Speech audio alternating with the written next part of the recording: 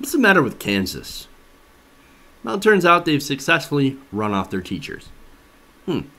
Now, this comes after Governor Sam Brownback gave massive tax cuts to corporations and big businesses, and in order to do so, cut funding to basic government services, such as education, and now because of that, they're starting to see the consequences.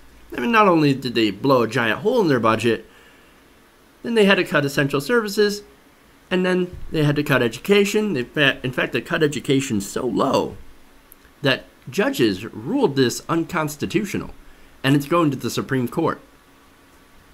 So they're seeing the consequences, and this is why. Well, so let me get into what makes it so bad to be a teacher in Kansas. Well, they pay their teachers like shit. They also removed their teachers' tenure protections, and they also tried to make it possible to criminally prosecute teachers for teaching, quote-unquote, offensive material. What qualifies as offensive material? Well, that seems to be open for interpretation. Now, not only that, but they went after the teachers' unions, and now, of course, they're going after the retirement funds for teachers. Wait, doesn't being a teacher in Kansas sound absolutely awesome? But it's a free market. Hey, but at least a consolation, if you're a large corporation, you get to pay almost no taxes. Awesome. Now, if this doesn't sound awesome to you, then you're not alone. According to data from the Kansas Board of Education, there are now double the normal openings for school staff in Kansas because teachers are not only quitting and retiring to higher rates, they're not starting careers in Kansas, and they're actually going over the border to neighboring states that are a little bit more education friendly. Isn't that amazing? But don't worry. Kansas has prepared for this. And actually, with the help of ALEC, managed to pass some laws where they're able, at least in some school districts, to be able to hire unlicensed teachers to fill the gap. Hey, guy off the street, you want to be a teacher? Great, here's a book, have at it. So much for a quality education, right? This is so absolutely sad. Sad and pathetic. People in Kansas are literally going to be dumber because of Sam Brownback. Literally. If you're a kid in Kansas in the public school system, you're low income, you are fucking screwed. You are absolutely screwed. And I don't think that's by accident. You don't have to be a scientist to know or to see that Republicans hate public education. They hate it. They want to destroy public education so they can, surprise, privatize it for profit. That's what they do. And in order to do that, the first thing you have to do is destroy teachers' unions. Of course.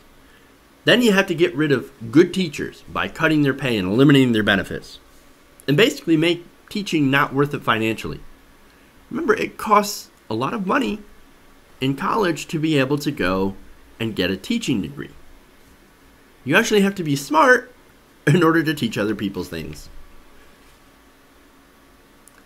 But in Kansas, obviously, you don't have to be smart to be a teacher anymore, since you can just hire a guy off the street. Great.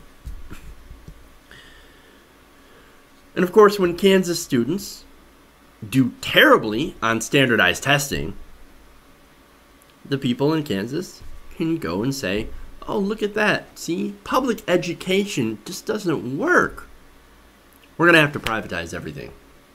Got a great new idea, vouchers. We're going to take your tax money and we're going to give you a voucher so you can go to a private school, which, by the way, can teach pretty much anything they want, including religion. I wonder if that's the plan all along. Religion. And of course, once they do that, the people in Kansas, the Republicans there, will tell you that everything's going to be great. It's going to be rainbows and unicorns. It's going to be fucking awesome once we get rid of public education and, give basically your tax money in the form of vouchers, coupons, in order to go to private schools. And I think the ultimate goal here, and I don't think I'm too far off in saying this, is to essentially go back to a time where only people who had money could get a quality education. And where does that leave poor people? It leaves them behind. And ultimately, it'll leave our country behind, because only a well-educated workforce will be able to meet the challenges of the 21st century. And in Kansas, that just ain't happening.